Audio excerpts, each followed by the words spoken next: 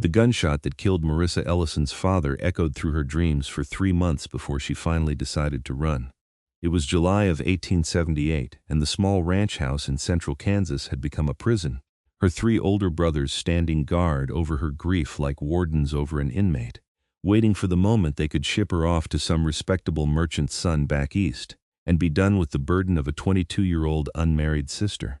She left in the middle of a moonless night with nothing but 2 dresses, her mother's wedding ring sewn into her hem, and enough money stolen from the household funds to buy passage west on a freight wagon heading toward Nevada. The driver, a weathered man with kind eyes and a missing tooth, asked no questions when she paid him double to keep quiet about a young woman traveling alone. He dropped her in Humboldt, Nevada, a rough mining town nestled in the high desert where the Humboldt River cut through sage-covered hills and the summer heat shimmered off the dusty streets like liquid glass.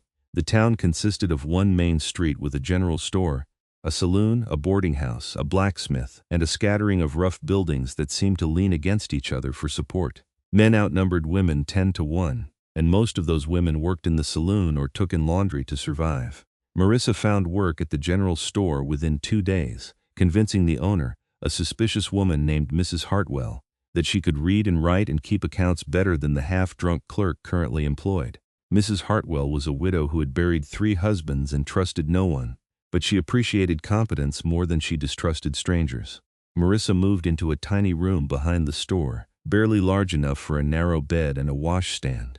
But it was hers, and for the first time since her father's death, she could breathe without feeling the weight of her brother's expectations crushing her chest. She had been in Humboldt for 3 weeks when she first saw Isaac Owens. He came down from the mountains on a Saturday afternoon, leading a pack mule loaded with furs and leading a life that seemed as far removed from civilization as a man could get without disappearing entirely. He stood at least 6'4", with shoulders broad enough to block the doorway of the general store when he entered, and arms thick with muscle that spoke of years chopping wood, hauling water, and surviving in the wilderness.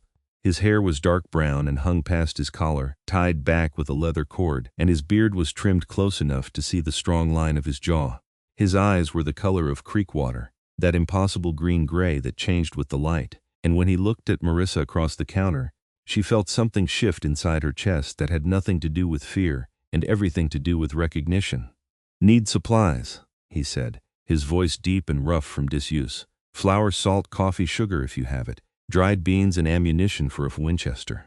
Marissa wrote down the list with steady hands, though her heart was beating faster than it should. "Anything else? Thread and needles. Canvas cloth about 5 yards, and whatever vegetables you have that will keep." She gathered the items while he waited, his presence filling the small store like a barely contained thunderstorm.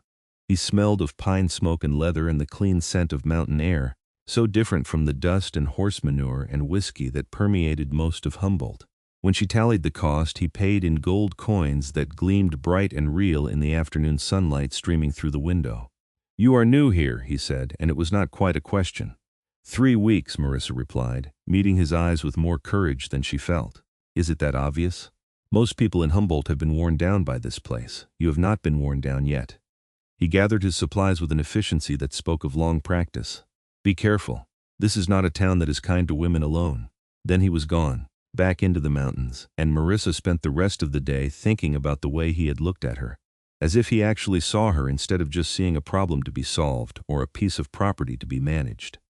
Mrs. Hartwell noticed her distraction and snorted. "That is Isaac Owens," she said, sorting through a shipment of canned goods. "Lives up in the mountains, comes down once a month for supplies. Been here longer than most, keeps to himself, and does not cause trouble. Also does not court women, in case you were wondering." "I was not wondering," Marissa lied, and Mrs. Hartwell snorted again, a sound that suggested she had heard that lie before. The days settled into a rhythm. Marissa opened the store each morning, swept the floors, dusted the shelves, and helped customers with their purchases. She learned the names of the regulars, learned which miners would pay their debts and which ones would try to charm their way into credit they would never repay, learned how to deflect unwanted attention with a cool look and a firm no. She saved every penny she could, hiding her money in the same place she had hidden her mother's ring, and tried not to think about her brothers discovering her absence and coming after her. Isaac came down from the mountains again 4 weeks later. This time he bought tobacco and lamp oil along with his usual supplies, and he lingered at the counter for a moment longer than necessary. "Have you been well?" he asked, and the question was so unexpected, so simple and genuine, that Marissa felt tears prick at her eyes. "Yes," she said. "Thank you for asking. Good." He picked up his purchases, then hesitated. "If you ever need help, my cabin is about 8 miles northeast, up past where the river forks. Follow the left fork and look for the path marked with stacked stones." "Why are you telling me this?" Marissa asked, genuinely curious. "Because sometimes women alone need somewhere to run," Isaac said quietly. "And it is better to know where safety is before you need it." He left before she could respond, and Marissa stood behind the counter for a long time, staring at the door and wondering what he had seen in her face that made him offer such a thing. That night she lay in her narrow bed and thought about a cabin in the mountains, about what kind of man lived alone in the wilderness and still noticed when someone needed kindness. August burned into September, and the desert heat began to ease into cooler nights. Marissa had been in Humboldt for almost 3 months, and she was beginning to believe that maybe her brothers would not find her, that maybe she had run far enough to finally be free. She should have known better. They arrived on a Thursday afternoon, 3 men on horseback, covered in trail dust and radiating fury. Marissa was restocking the shelves when the door banged open and her oldest brother Marcus strode in like an avenging angel, his face red with anger and righteous indignation. "There you are," he said, his voice tight with controlled rage. "Do you have any idea what you have put us through? Running off in the middle of the night like some common criminal, stealing from your own family, shaming us in front of the entire county." Her other 2 brothers, Daniel and William, crowded in behind him, blocking the doorway. They were all taller than her, broader, stronger, and they had spent their entire lives being obeyed without question. Marissa felt her newfound courage shrivel in the face of their combined anger, felt herself becoming small again, the obedient daughter who never questioned and never protested. "I am not going back," she said, and her voice came out smaller than she wanted. "Yes, you are," Marcus said flatly. "You are going to pack your things, get on a horse and come home where you belong. We have been patient with your grief, but this foolishness ends now. You have a duty to your family, and you will fulfill it. I have a job here." "I have a life," Marissa protested, but even she could hear how weak it sounded. "You have nothing," Daniel cut in, his voice harsh. "You are a woman alone in a mining town, working in a store like some common shop girl. Do you think father would have wanted this for you? Do you think mother would have been proud?" The mention of their parents was a knife between her ribs, perfectly aimed and brutally effective. Marissa felt tears burning in her eyes, felt the familiar weight of guilt and obligation settling on her shoulders like an iron yoke. Mrs. Hartwell had been in the back room, but she came forward now, her face set in hard lines.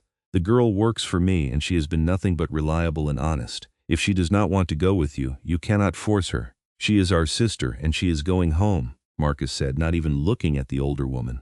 "This does not concern you." "Get your things," William added, speaking for the first time. "We leave in an hour. We have rooms at the boarding house, and we will ride out at first light. Do not make this harder than it needs to be, Marissa." They left then, confident in their authority, certain that she would obey as she had always obeyed. Mrs. Hartwell put a hand on Marissa's shoulder, her grip surprisingly gentle. "You do not have to go with them," she said quietly. "I can get the sheriff, though I will be honest, he is not likely to interfere in family business." Marissa shook her head, feeling trapped and helpless and angry at her own cowardice. "It does not matter. They will not leave without me. They will cause trouble, make my life impossible, drag me out by force if they have to. Then run," Mrs. Hartwell said bluntly. "You ran once, you can run again." But Marissa was tired of running, tired of being afraid, tired of feeling like she had no right to choose her own life. She closed the store early and walked back to her tiny room, staring at the few possessions she had accumulated, and tried to figure out what to do. She thought about Isaac's words, about his offer of help, about a cabin 8 miles into the mountains. It was foolish to go to a stranger, dangerous to trust a man she barely knew, but he had been kind to her when he had no reason to be, and he had told her where to find safety before she needed it. That had to mean something. Marissa packed her belongings quickly, rolled her 2 dresses and her few personal items into a bundle, and waited until the sun began to set before slipping out the back door of the store. She left Mrs. Hartwell a note, thanking her for the job and apologizing for leaving without notice. And then she started walking northeast, toward the river fork and the path marked with stacked stones. The desert cooled quickly after sunset, and Marissa wrapped her shawl tighter around her shoulders as she walked. The moon was a thin crescent, providing barely enough light to see the path, and twice she stumbled over rocks hidden in the darkness. Her feet ached and her lungs burned from the altitude, But she kept walking, driven by desperation and the faint hope that Isaac would help her, that she had not misread his kindness for something it was not. She found the river fork just as full darkness settled over the land, and she followed the left branch until she saw the stacked stones Isaac had mentioned, 3 flat rocks piled in a careful cairn that marked a narrow path leading up into the hills. The path was steep and treacherous in the dark, and Marissa had to use her hands to pull herself up over some of the larger rocks, but she could see a light in the distance now, a warm glow that marked a dwelling, and she pushed herself forward with renewed determination. The cabin was larger than she expected, built of solid logs with a stone chimney and a covered porch that faced east toward the sunrise. Light spilled from the windows, warm and welcoming, and Marissa could see smoke curling from the chimney. She stood in the yard for a moment, suddenly uncertain, suddenly aware of how completely she was throwing herself on the mercy of a man she barely knew. The door opened before she could knock, and Isaac stood framed in the doorway, lamplight behind him, looking down at her with surprise and concern. He was even bigger than she remembered, his shoulders nearly brushing the doorframe, his arms bare in the evening chill and corded with muscle. He wore simple clothes, homespun trousers, and a shirt with the sleeves rolled up, and his long hair was loose around his face. "Marissa," he said, and the fact that he remembered her name made something loosen in her chest. "What happened? My brothers came for me," she said, and her voice shook despite her best efforts to control it. "They want to drag me back to Kansas, marry me off to some man I have never met, control my life like I am a piece of property instead of a person. I did not know where else to go." Isaac studied her for a long moment, his creek water eyes searching her face. Then he stepped back from the doorway, pulling the door wider in silent invitation. "Come inside," he said. "You are safe here." The cabin was clean and surprisingly well organized, with a large stone fireplace dominating one wall, a kitchen area with a cast-iron stove and neatly arranged shelves, and a sleeping area in the back with a large bed covered in furs. Books lined one wall, more books than Marissa would have expected a mountain man to own, and there were curtains on the windows, simple but well made. It was a home, not just a shelter, and it spoke of a man who valued comfort and order even in isolation. Isaac gestured for her to sit in one of the 2 chairs near the fireplace, and he stirred up the coals, adding wood until the flames leaped higher. He filled a kettle with water from a large barrel and set it on the hook over the fire, moving with the easy efficiency of someone who had performed these tasks 1,000 times. "Tell me everything," he said, settling into the other chair, his large frame somehow fitting into the space without making it feel crowded. So Marissa told him.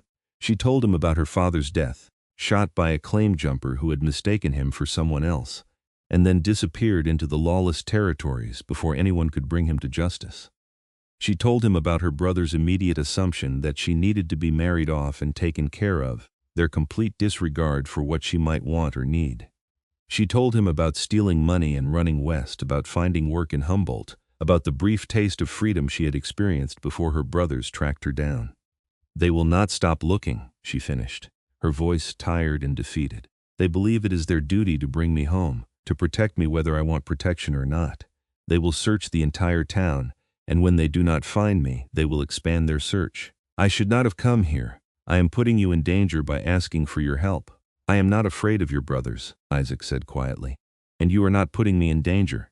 You came here seeking safety, and I will provide it for as long as you need it." "But you do not even know me," Marissa protested. "Why would you help me?"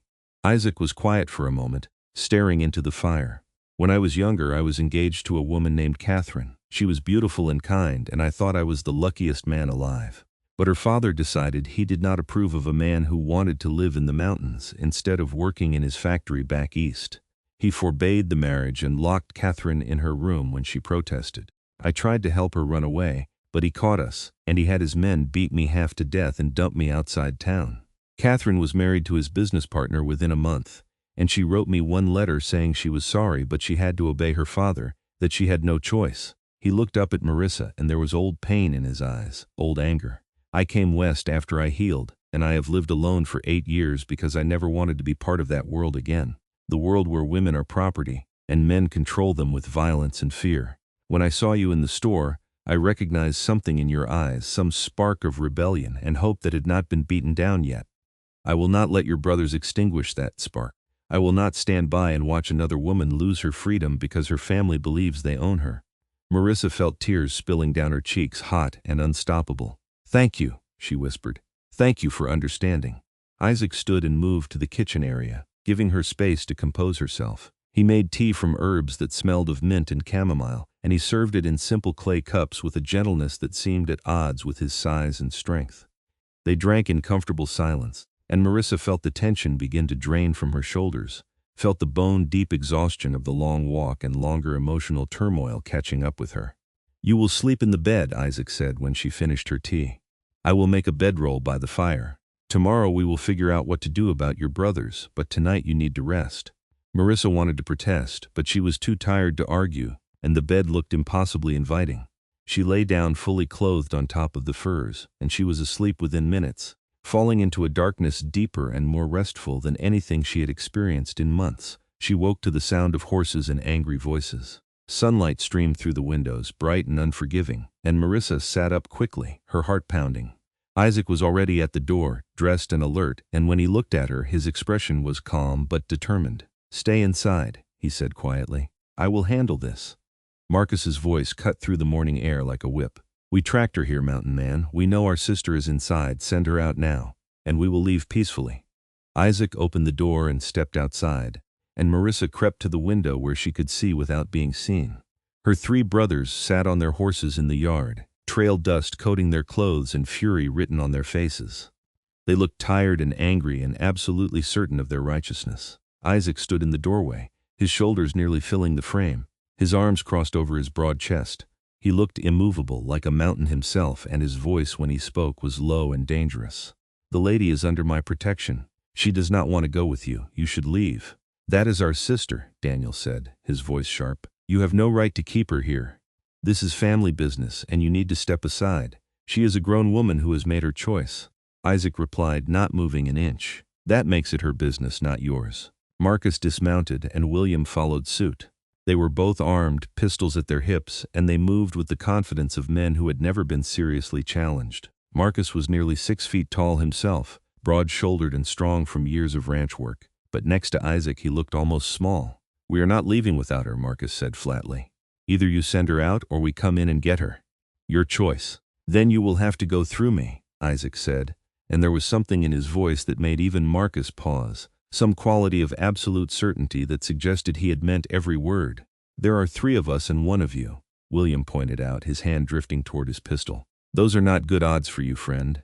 "I am not your friend," Isaac said quietly, "and I have faced worse odds than 3 angry brothers. I am telling you one last time. Leave peacefully, or I will make you leave."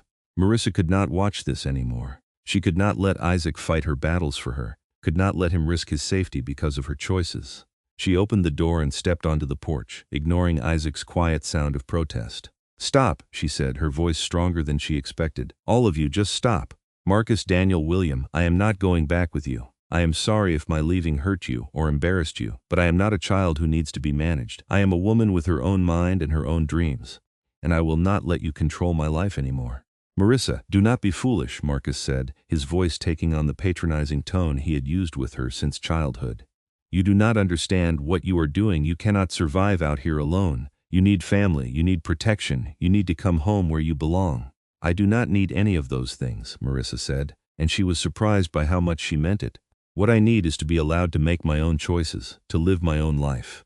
I loved Father and I miss him every day, but he would not have wanted me to be a prisoner in my own family. He taught me to read and write, he taught me to think for myself, and I am finally doing that. Please, please just let me go." "We cannot do that," Daniel said, and he sounded genuinely pained. "We made a promise to Father before he died that we would take care of you. We cannot break that promise." "Taking care of me does not mean controlling me," Marissa argued. "It does not mean forcing me into a life I do not want. Can you not see that you are hurting me more by dragging me back than you ever could by letting me stay?" William looked uncertain, and for a moment Marissa thought she might have reached him. But then Marcus shook his head, his jaw set in that stubborn line she knew so well. "You are coming home," he said, "even if we have to tie you to a horse and carry you every mile. You are our sister and we are responsible for you. Now stop this nonsense and get your things." He started toward the porch and Isaac moved to block him, his large frame filling the doorway completely. Marcus stopped, surprise and anger warring on his face. "Move," Marcus ordered. "No," Isaac said simply. "Then I will move you," Marcus said, and he swung a fist toward Isaac's jaw, a hard right hook that would have felled most men. Isaac caught his fist in one large hand, stopping the blow cold, and there was a moment of frozen surprise on Marcus's face.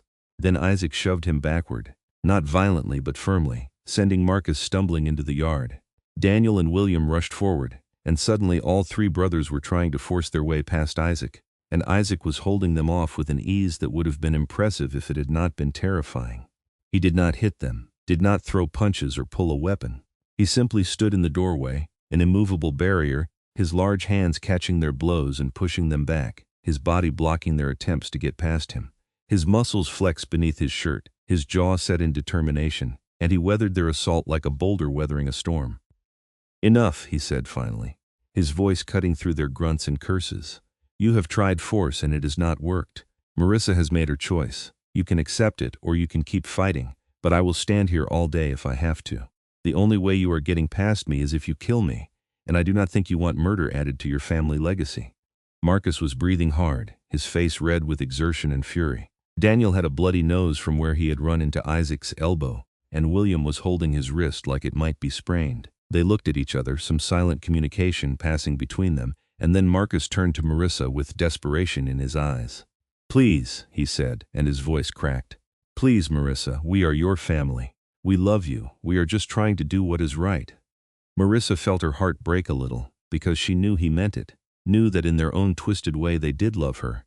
But love without respect was just another form of control, and she could not live like that anymore. "I love you too," she said quietly, "but I cannot come home. I am sorry, but this is my choice. Please respect it." Marcus stared at her for a long moment, and then something seemed to break in him. He turned and mounted his horse, his movements stiff and angry. Daniel and William followed, though William looked back at Marissa with something like regret in his eyes. "This is not over," Marcus said from his saddle. "We will be back. We will talk to the sheriff. We will talk to the territorial judge. We will find a way to bring you home. You are making a mistake, Marissa, and you will regret it."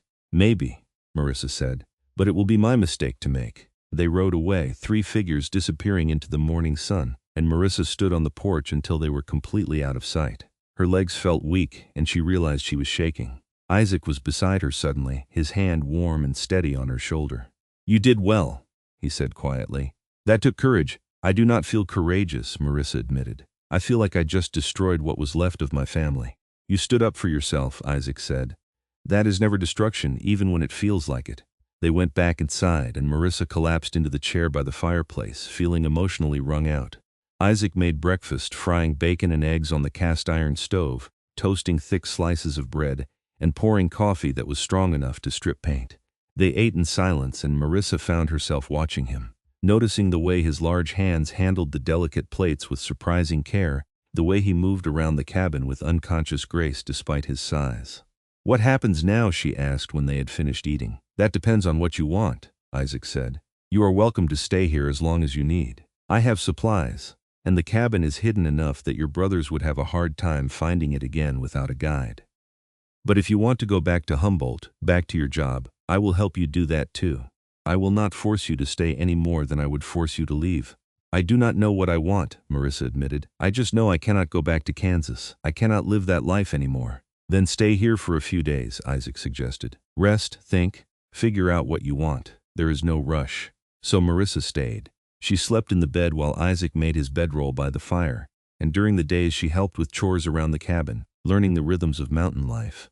Isaac showed her how to check his trap lines, how to skin and prepare furs, how to identify the edible plants that grew in the high desert. He taught her to shoot his rifle, setting up targets in a meadow beyond the cabin, patiently correcting her stance and her breathing until she could hit a tin can at 50 yards. They talked during those days, long conversations that ranged from the mundane to the profound. Isaac told her about his childhood in Pennsylvania, about his family's factory and his father's disappointment, when Isaac announced he wanted to live in the wilderness instead of taking over the business. He told her about Catherine, about the pain of losing her and the years it had taken him to build a life he could be proud of in the mountains. Marissa told him about her mother, who had died when she was 12, about the way her father had tried to be both parents and had mostly succeeded until grief and anger had made him careless. She told him about her dreams of opening a school someday, of teaching children to read and write and think for themselves, dreams that had seemed impossible in Kansas but that maybe, just maybe, could become real in the West where everything was still being built. You could do that here, Isaac said one evening as they sat on the porch watching the sunset paint the mountains in shades of gold and crimson. Humboldt does not have a school. There are families in the area who would pay for their children to be educated. But I have no credentials, Marissa protested. I am just a woman who can read and write well. Who would take me seriously as a teacher? Anyone who meets you, Isaac said simply. You are smart and patient and kind. Those are the qualities that make a good teacher, not a piece of paper from some Eastern college. Marissa let herself imagine it, a small schoolhouse, children gathered around desks learning their letters, the satisfaction of watching young minds grow and develop. It seemed like an impossible dream, but then again, a month ago, it had seemed impossible that she would be sitting on a mountain cabin porch talking about her future with a man who made her feel safe and seen in equal measure. She had been at the cabin for a week when she realized she was falling in love with Isaac. It was not a sudden revelation, not a bolt of lightning or a dramatic moment. It was the accumulation of small things, the way he always made sure she had enough to eat, the way he listened when she spoke like her words actually mattered, the way he looked at her sometimes with an expression she could not quite read, but that made her heart beat faster. He was beautiful in a way that had nothing to do with conventional handsomeness, and everything to do with strength and integrity. She loved the way his muscles moved beneath his shirt when he chopped wood, loved the way his long hair caught the sunlight, loved the rumble of his deep voice when he read to her from his books in the evenings. She loved his gentleness despite his size, his quiet confidence, his absolute refusal to use his strength to intimidate or control. She thought he might feel something for her too. Caught him watching her sometimes with an intensity that made her breath catch. But he never said anything, never crossed the careful boundary he had established between them. And Marissa was too uncertain to broach the subject herself. The second confrontation came 10 days after the first. Marissa was helping Isaac repair a section of fence when they heard horses approaching. This time her brothers had brought reinforcements, the sheriff from Humboldt and 2 of his deputies. Marcus looked grimly triumphant, and the sheriff looked uncomfortable but determined. Afternoon, the sheriff said, tipping his hat to Isaac. I am Sheriff Cooper, and I have been informed that you are harboring a woman against her family's wishes. I need to speak with Miss Ellison and ascertain her situation. Isaac's expression did not change, but Marissa could see the tension in his shoulders. Marissa is here of her own free will. She is not a prisoner, and she is not being held against her wishes. Then let her speak for herself, Sheriff Cooper said reasonably. Miss Ellison, are you here willingly? Marissa stepped forward, meeting the sheriff's eyes directly. Yes, sir. I am here because I choose to be. Mr. Owens has been nothing but respectful and kind. My brothers want to force me to return to Kansas, but I am an adult woman, and I believe I have the right to choose where I live and how I live.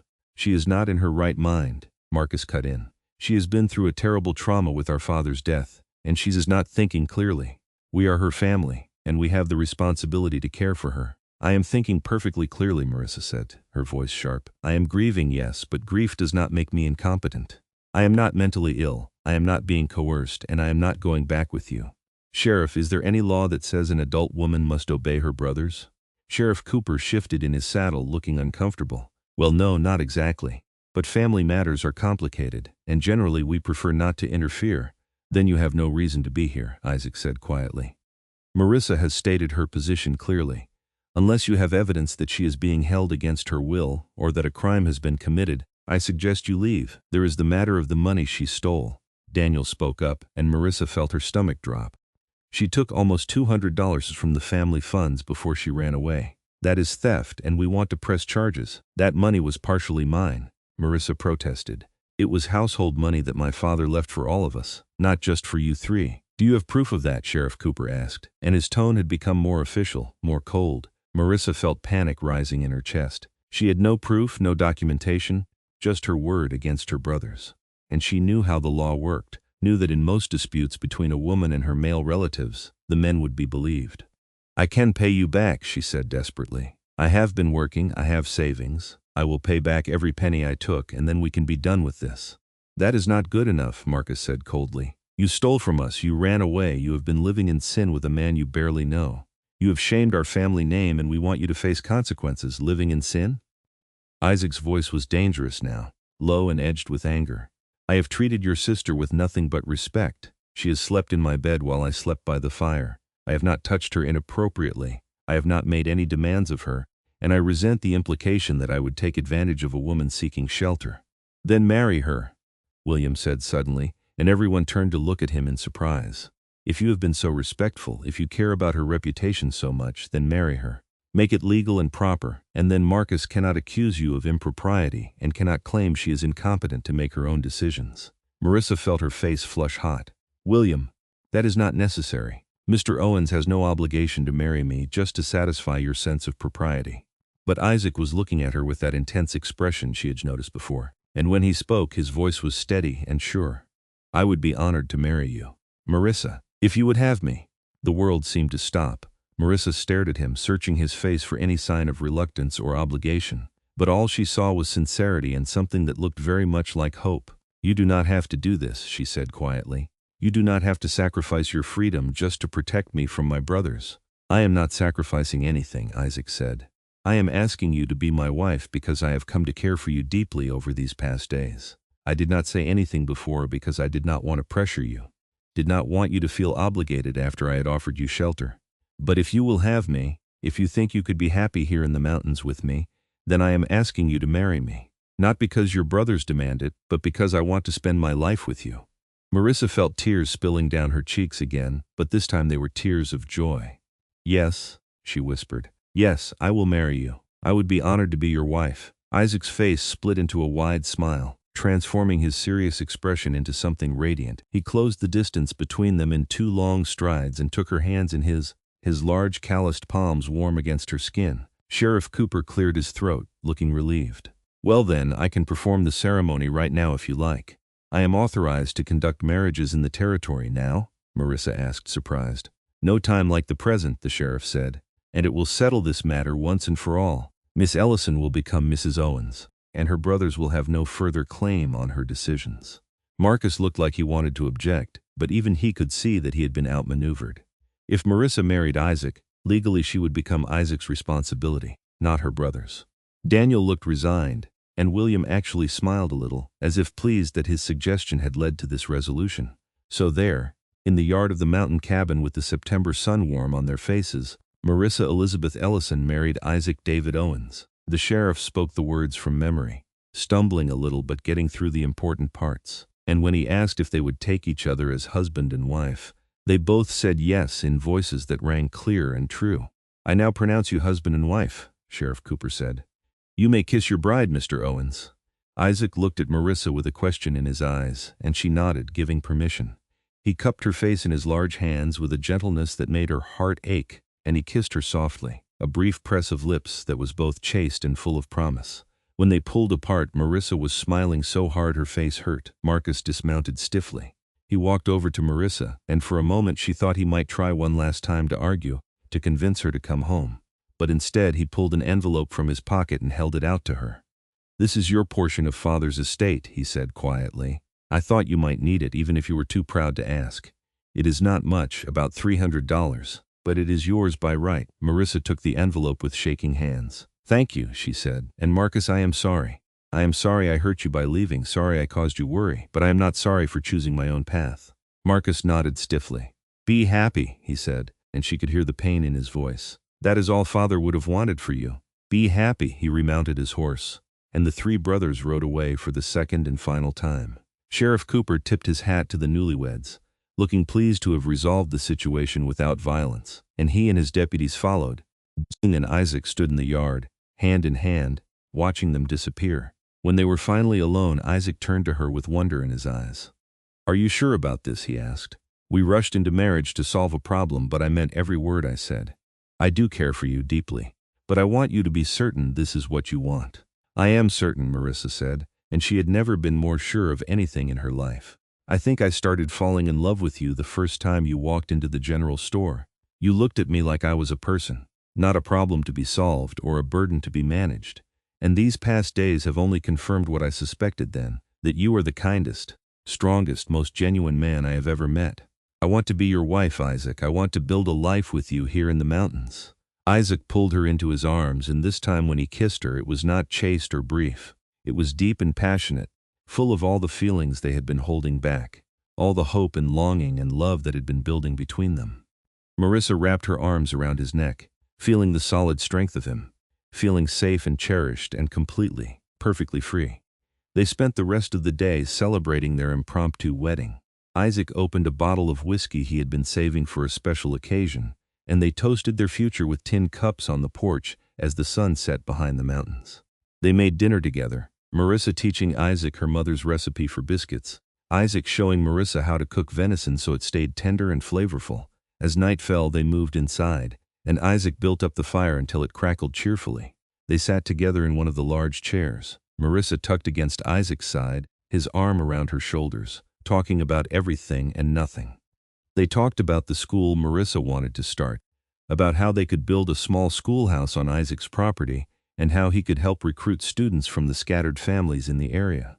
They talked about the future, about children they might have someday, about growing old together in this place that had become home. When they finally went to bed, Isaac was nervous and gentle, making sure Marissa was comfortable every step of the way. Their wedding night was tender and sweet, full of whispered words and soft touches, and Marissa fell asleep in her husband's arms feeling like the luckiest woman alive. The next morning, they rode down to Humboldt together. Marissa needed to collect her things from the general store and explain to Mrs. Hartwell what had happened. The older woman listened to the story with a mixture of surprise and satisfaction. "I knew that man was good," Mrs. Hartwell said, looking at Isaac with approval. "I knew when he came to town asking if anyone had seen men matching your brother's description that he was looking out for you. Congratulations, my dear. I think you have found yourself a good husband." "Thank you," Marissa said, "for everything. For giving me a job when I needed it, for treating me with respect, for being the first person in a long time to believe I could take care of myself." Mrs. Hartwell waved away the thanks, but Marissa could see she was pleased. "What will you do now? Will you stay in the mountains?" "We are going to start a school," Marissa said, and saying it out loud made it feel real, made it feel possible. "For the children in the area who have no access to education, I will teach them to read and write and think for themselves." "A noble goal," Mrs. Hartwell said. "And if you need books or supplies, you come to me. I will give you the best prices I can, and I will spread the word about the school. There are more families around here than you might think, scattered in the hills and valleys, and most of them would jump at the chance to educate their children." They spent the day in town, gathering supplies and spreading word about the upcoming school. The response was overwhelmingly positive. Miners who had struck it rich and brought their families west were eager for their children to have opportunities they had never had. Ranchers who worked small spreads in the high desert valleys wanted their sons and daughters to learn more than just how to handle cattle and fix fences. By the end of the day, Marissa had promises from 8 families to send their children to her school, and she had enough in donations and advanced tuition to buy books and slates and everything else she would need to start teaching. Isaac looked at her with such pride and admiration that she felt her heart might burst. They rode back to the cabin as the sun was setting, their horses loaded with supplies and their hearts full of hope. The mountains rose around them, purple and gold in the fading light, and Marissa thought she had never seen anything more beautiful. The next weeks passed in a blur of activity. Isaac began building the schoolhouse, a simple but sturdy structure about 100 yards from the main cabin. He worked from sunup to sundown, his powerful muscles making short work of felling trees and shaping logs, and Marissa helped where she could, learning how to notch logs and think chinking and fit shingles. They worked together in comfortable harmony, and Marissa discovered that marriage to Isaac was nothing like what she had feared marriage would be. He never ordered her around or dismissed her opinions. Instead, he asked for her input on everything from the design of the schoolhouse to what they should have for dinner. He shared his thoughts and feelings openly, and he listened when she did the same. They argued sometimes about small things like whether to plant apple trees or pear trees, whether to get chickens or goats, but the arguments never became fights, never became about control or dominance, just 2 people working through different perspectives to find common ground. In October, as the aspens turned gold, and the nights grew cold enough to frost, the schoolhouse was finished. It was a single room with a wood stove in the center, simple benches for the students, a proper desk for Marissa, and windows that let in the mountain light. Isaac had even built bookshelves along one wall, and Marissa filled them with the books she had bought in Humboldt, readers and arithmetics and histories. Everything she would need to give her students a proper education. The school opened in November with 12 students, ranging in age from 6 to 14. They came from families scattered across the valley, some riding horses for an hour to get there, others walking even longer distances. Marissa taught them reading and writing in the mornings, arithmetic and history in the afternoons, and she sent them home with assignments to complete before the next day. She loved it. She loved watching the younger children's faces light up when they successfully sounded out a new word, loved the older students' intense concentration when she introduced them to long division, loved the questions they asked, and the way their minds stretched to encompass new ideas. Isaac upped by during lunch, bringing food and checking to make sure the stove was keeping the room warm enough, and the students adored him, this gentle giant who treated them with such kindness and respect. Winter came early to the mountains that year, with heavy snows in December that made travel difficult. Some of the students could not make it to school during the worst storms, but Marissa kept teaching whoever could attend, and she sent lessons home with the older students to share with the younger ones who were snowed in. Christmas found Marissa and Isaac snowed in themselves, the cabin surrounded by drifts that came halfway up the windows. They spent the holiday alone, making gifts for each other from whatever they had on hand. Marissa knitted Isaac a scarf from yarn she had bought in Humboldt, working on it secretly whenever he was out checking trap lines. Isaac carved Marissa a beautiful wooden box with her initials on the lid, perfect for storing her most precious possessions. They exchanged gifts on Christmas morning, both touched by the thoughtfulness behind the simple presents.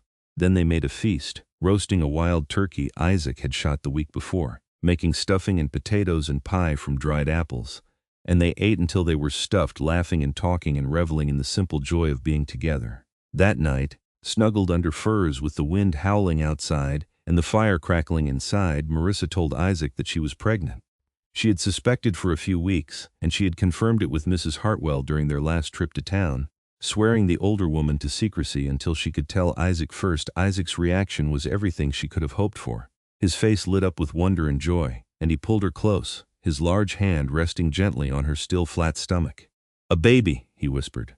"We are going to have a baby. Are you happy?" Marissa asked, suddenly uncertain. "Happy?" Isaac pulled back to look at her, and there were tears in his eyes. "Marissa, I am more than happy. I am overwhelmed. I never thought I would have this, a wife I love, a home, a child on the way. You have given me everything I never dared to dream of." They made love slowly and tenderly, celebrating the new life growing inside Marissa, celebrating the future they were building together. Afterward, lying in Isaac's arms, Marissa reflected on how much her life had changed in just a few short months. She had run from Kansas in fear and desperation, not knowing what she would find or if she would even survive. And she had found this, love and purpose and a home in the mountains, a husband who cherished her, and a life that felt full of possibility. The winter passed slowly but peacefully. School was suspended during the worst of the storms, but Marissa used the time to prepare lessons for spring and to work on projects for the baby. She sewed tiny clothes from soft fabric, knitted blankets and booties, and prepared a corner of the cabin to serve as a nursery. Isaac was endlessly protective, worrying over her constantly, trying to prevent her from doing any heavy work. Marissa found it simultaneously endearing and frustrating, and they had several spirited discussions about how pregnancy did not make her an invalid. Eventually they reached a compromise. Marissa agreed not to overexert herself, and Isaac agreed to stop hovering quite so obviously. Spring came in April with an explosion of wildflowers and rushing water as the snowmelt swelled the rivers. School resumed, and Marissa's students were thrilled to hear that there would be a baby by summer's end. The older girls especially were excited, offering to help with the baby and asking endless questions about what Marissa would name it. In May, Marissa had an unexpected visitor. A woman rode up to the cabin one afternoon, well-dressed and proper, with an expensive horse and saddle that spoke of money and status.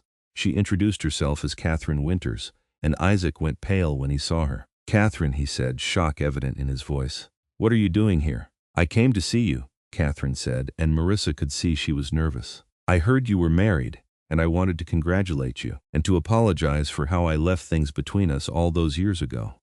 Isaac looked at Marissa, and she nodded, giving him permission to speak with his former fiancée. They invited Catherine inside, and over tea she told them her story. Her husband had died the previous year, leaving her wealthy but unhappy, and she had realized that she had never stopped regretting her choice to obey her father instead of following her heart. She had sold everything and come west, hoping to find Isaac and see if there was any chance they could rekindle what they had lost. "But I can see I am too late," Catherine said, looking at Marissa with something like envy. "You have found happiness without me, and I am glad for you, truly. You deserve it after everything my father put you through. I am sorry for your loss, Isaac said gently, and I appreciate you coming all this way to apologize. I forgave you a long time ago, Catherine. I understand that you were in an impossible position, and I do not blame you for the choice you made. But you moved on, Catherine said quietly. You built a new life, found a new love, and I am still stuck in the past, still wondering what might have been. Marissa felt sympathy for the other woman, saw the genuine pain in her eyes. It is never too late to start over, she said kindly. The West is full of opportunities for people willing to take them. You could build a new life here, find your own happiness. Catherine smiled sadly. Maybe. Thank you for your kindness, Mrs. Owens. I can see why Isaac loves you. I hope you will both be very happy together. She left soon after, riding back toward Humboldt and whatever future awaited her there. Isaac held Marissa close after she was gone, his arms tight around her growing belly. Thank you for being understanding, he said quietly. I know that must have been awkward. She was part of your past, Marissa said simply. But I am your future. There is nothing to understand or forgive. June brought hot days and cool nights, and Marissa's belly grew round and prominent. She taught school through July, finally stopping in August when it became too uncomfortable to stand for long periods. Her students threw her a surprise celebration on her last day, presenting her with a beautiful baby quilt that the mothers had sewn together, each square containing a different pattern and message. Marissa cried, overwhelmed by the generosity and kindness of the community she had become part of. These people, who had been strangers less than a year ago, had become her friends and neighbors, had welcomed her and supported her dreams, and she felt blessed beyond measure. The baby came in late August, on a hot afternoon when the cicadas were singing in the trees and the sun beat down relentlessly. Mrs. Hartwell came up from Humboldt to act as midwife, bringing another woman who had experience with births, and Isaac was banished to the porch where he paced like a caged animal, listening to Marissa's labored breathing and occasional cries of pain. The labor was long and difficult, lasting from noon until well after dark. Marissa pushed and strained and cried out, and there were moments when she was certain she could not do this, that it was too hard, too painful, too much. But Mrs. Hartwell coached her through it with firm kindness, and the other woman, whose name was Sarah, held her hand and wiped her forehead with cool cloths, and finally, the baby came.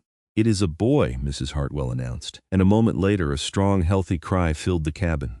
Marissa collapsed back against the pillows, exhausted and elated, and Sarah placed the baby in her arms, a squirming, red-faced bundle with a surprising amount of dark hair. He is perfect, Marissa whispered, tears streaming down her face. He is absolutely perfect. They called Isaac in, and he came tentatively, his face pale and worried.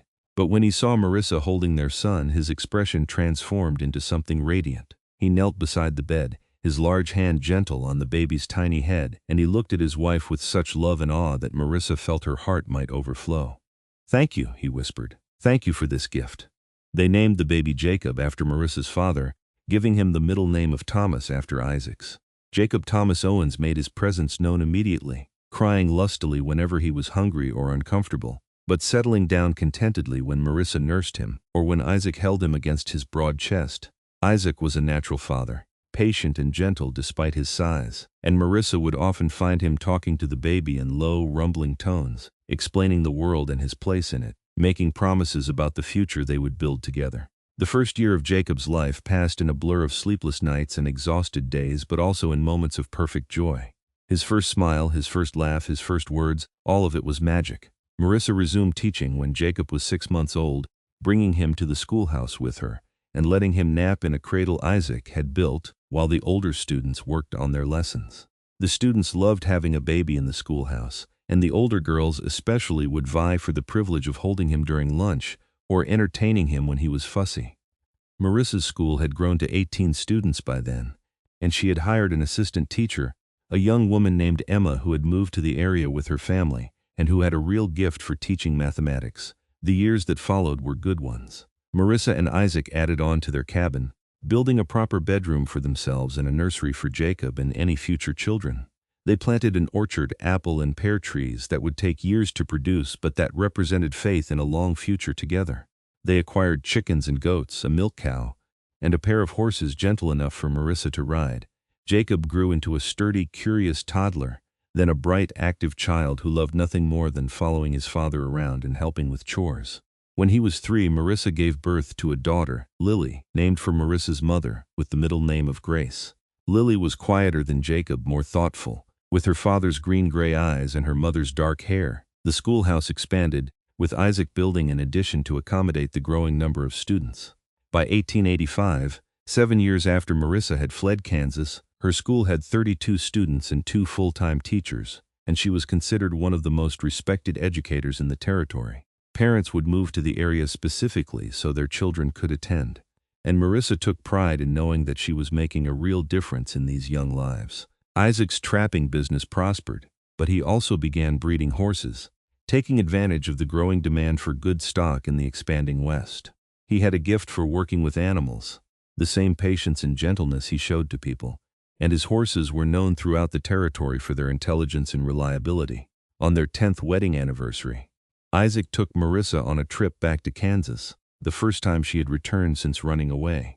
They brought Jacob and Lily, now 7 and 4, and they visited the graves of Marissa's parents, placing flowers and telling them about the life she had built. They also visited her brothers, who had all married and settled on neighboring ranches. The reunion was awkward at first, old hurts and resentments lingering despite the passage of time. But Marcus's wife, a practical woman named Helen, broke the ice by exclaiming over how beautiful the children were, and gradually the conversation became easier. Marcus pulled Marissa aside before they left, and she was surprised to see tears in his eyes. "I am sorry," he said simply. "I am sorry for trying to control you, for not respecting your choices. You were right to leave, right to build your own life. I can see now that you are happy, truly happy, and that is all Father would have wanted." "Thank you," Marissa said, and she hugged her oldest brother for the first time in a decade. "I am sorry, too, for the pain I caused by leaving the way I did. But I am not sorry for the life I chose." "Nor should you be," Marcus said. "You have a good husband, beautiful children, and work that matters. What more could anyone ask for?" They left Kansas with lighter hearts, the past finally laid to rest, and they returned to their mountain home with renewed appreciation for everything they had built together. The mountains welcomed them back, the cabin stood solid and warm, and their life together continued to unfold in all its complicated, beautiful, ordinary glory. More years passed, marked by the small triumphs and tragedies of everyday life. Marissa's school continued to grow and thrive, sending students on to colleges back east and into successful careers throughout the West. Jacob grew into a strong, thoughtful young man who shared his father's gift with animals and his mother's love of learning. Lily became a teacher herself, working alongside her mother and bringing her own unique gifts to the classroom. Marissa and Isaac grew older together, their dark hair silvering, their faces developing the lines and wrinkles that come from years of laughter and hard work and life well lived. But their love never faded, never became routine or taken for granted. Isaac still looked at Marissa like she was the most beautiful woman in the world, and she still felt her heart skip a beat when he walked into a room. They had more children, 2 more sons and another daughter, filling their home with noise and chaos and love. They built a larger house to accommodate the growing family, though they kept the original cabin as a guest house and reminder of where it all began. They attended weddings and funerals, celebrated births and mourned losses, wove themselves into the fabric of the community they had helped build. On their 25th wedding anniversary, Isaac surprised Marissa with a gift, a professionally printed sign that read Ellison Owens School, to hang above the schoolhouse door. Marissa cried when she saw it, touched that he had remembered her maiden name, that he understood how important it was to honor where she had come from even as she celebrated where she was now. "You changed my life," Isaac said softly, holding her close. "That day you walked up to my cabin, desperate and frightened and so very brave. You gave me everything I thought I had lost, hope and love and purpose. I stand in doorways for you, Marissa, not because you need protecting, but because you are worth protecting. Because what we have built together is worth protecting." "I would do it all again," Marissa said, tears streaming down her face. "Every hard moment, every frightening choice, all of it, just to end up here with you." They stood together on the porch of their home, looking out over the valley that had become their kingdom, the school that had been her dream made real, the life they had built from nothing but courage and love and stubborn determination. The mountains rose around them, eternal and unchanging, and Marissa thought about that terrified girl who had run into the night all those years ago, who had trusted a stranger and found her soulmate, who had dared to choose her own path, and had discovered that freedom was worth every risk. In the end, it had all come down to one moment, one man standing in a doorway refusing to let anyone take her against her will, refusing to let fear and tradition and the weight of family obligation destroy her chance at happiness. Isaac had stood in that doorway until her brothers left, and in doing so he had given her the space to choose, the courage to fight, and the love to build a life beyond anything she had ever imagined possible. Years later, when their grandchildren would ask how they met, Marissa and Isaac would tell them the story. They would talk about running away and standing firm, about love and courage, and the importance of choosing your own path even when it is terrifying. They would talk about building something beautiful from broken pieces, about how the hardest choices often lead to the greatest rewards. But mostly they would talk about that moment in the doorway, when a mountain man with a gentle heart had stood between a frightened woman and the men who would have taken her freedom, when he had been an immovable barrier between the past and the future, when he had given her the greatest gift anyone can give another person, the space to choose her own destiny.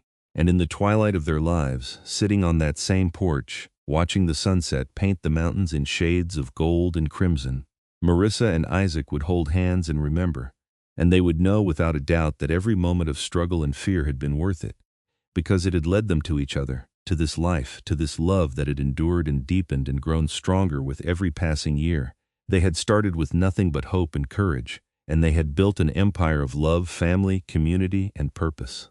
They had proven that freedom was worth fighting for, that love could conquer fear, that choosing your own path was not selfish but necessary, that standing in doorways to protect what mattered most was not just an act of defiance but an act of profound love. As the sun set on their long, full lives, as they watched their children and grandchildren and even great-grandchildren carry on the legacy they had begun, Marissa and Isaac knew they had been blessed beyond measure. They had found each other against impossible odds, had built a love that would echo through generations, had created something beautiful and lasting in a harsh and unforgiving land.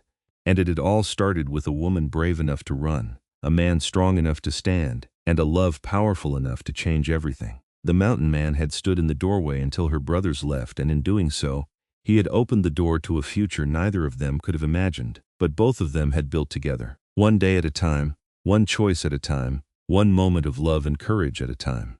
Their story became legend in those mountains, passed down through generations as a testament to the power of love and the importance of standing up for what is right. The school Marissa founded continued to operate for over 100 years, educating countless children and shaping the future of the region. The horses Isaac bred became foundation stock for ranches throughout the West. But more than any of those tangible legacies, what Marissa and Isaac left behind was proof that one moment of courage, one person willing to stand firm, one love strong enough to weather any storm, could change not just two lives but ripple outward to touch countless others.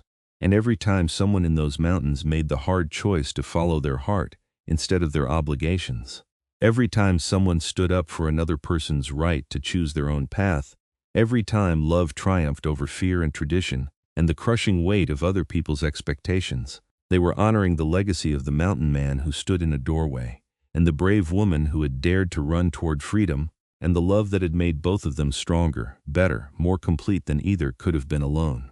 That was the true ending of their story, not in death or in any single moment, but in the ongoing echo of their choices, in the lives they had touched, in the love they had shared and nurtured and passed on to everyone lucky enough to know them. They had proven that happily ever after was not a fairy tale but a choice, made every day, renewed with every sunrise, built brick by brick through years of commitment and compromise and unwavering devotion. And when Isaac finally passed at the age of 83, with Marissa holding his hand and their children and grandchildren surrounding his bed, his last words were simple and true. "I would stand in that doorway again, every time, for the rest of eternity, because you were always worth it." Marissa followed him 3 years later, having lived a life fuller and richer than she ever could have imagined. That night she fled Kansas in fear and desperation. She died peacefully in her sleep, in the house she and Isaac had built together, surrounded by the evidence of their love and legacy. And those who knew her said that in her final moments she was smiling, as if seeing someone waiting for her, as if going home to the man who had stood in a doorway and changed everything. They were buried side by side on a hill overlooking their valley, where they could see forever the school, the ranch, the mountains that had been their sanctuary and their kingdom. The headstone was simple, just their names and dates and a single line. They chose each other and built a love that lasted forever. And that truly and finally was the end of their story, though their love lived on in every descendant who carried their names, in every student who remembered Marissa's patient teaching, In every horse that bore the stamp of Isaac's careful breeding, in every person who heard their story, and found the courage to choose their own path, to stand firm against impossible odds, to believe that love was worth any risk and every sacrifice.